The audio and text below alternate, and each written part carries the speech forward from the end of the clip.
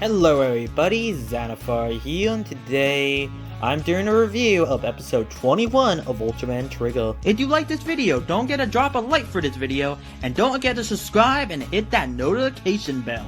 So let's get into it. What happened in this episode? So Betty Goular's electricity woken up the blue demon and the red demon, and Kengo gets injured by some bubbles, and Ignis agrees to help and transforms into Dark Trigger once again and fights the blue demon and red demon and saves Kengo, and Kengo and him team up to fight the blue and red demon and they both defeat them. And then Ignis kidnaps Yuna?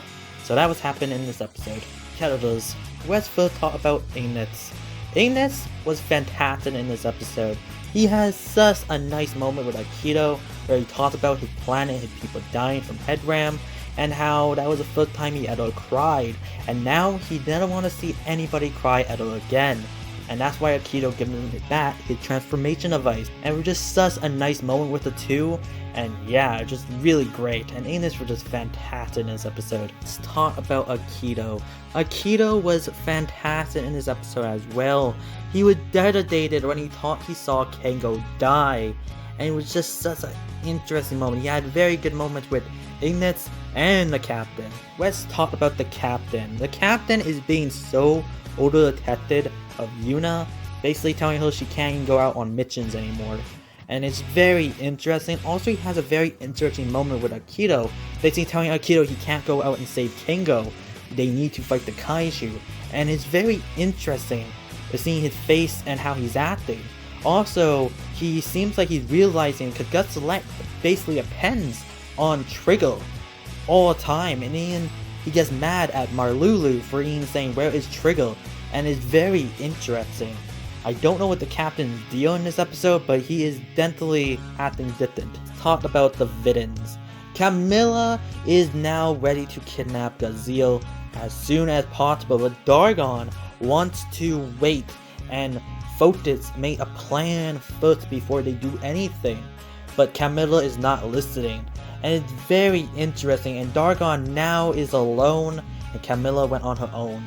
So now all the three villains all split up. Something I find interesting, because Dargon even brings up they are stronger working together instead of being split up. And that's something I find interesting, because he knows they are stronger together, because they see the humans, Trigger and Trigger Dart working together, and then he knows they are very powerful. So Dargon has a very interesting moment when he realizes how powerful people working together is. Yuna, in this episode, mostly takes a back seat, but she does comfort Aikido about Kengo, and she talks about that nice moment with her and Ignis in the last episode, so pretty cool. Also, her getting kidnapped at the end, interesting. Other characters kinda take a back seat, the other Gut Select members mostly just fight the Kaijus. Kengo is trapped in bubbles and fights the Kaiju when he's Trigger. That's really it with the characters though. The effects are fantastic in this episode. The fight scenes are amazing. Seeing Dark Trigger team up with Radio Trigger is so awesome. Especially seeing the two red and blue Kaijus from the original Ultraman. That is so awesome to see them make combat and seeing those two held Ultraman powered. So this episode of fight scenes, the effects were just fantastic.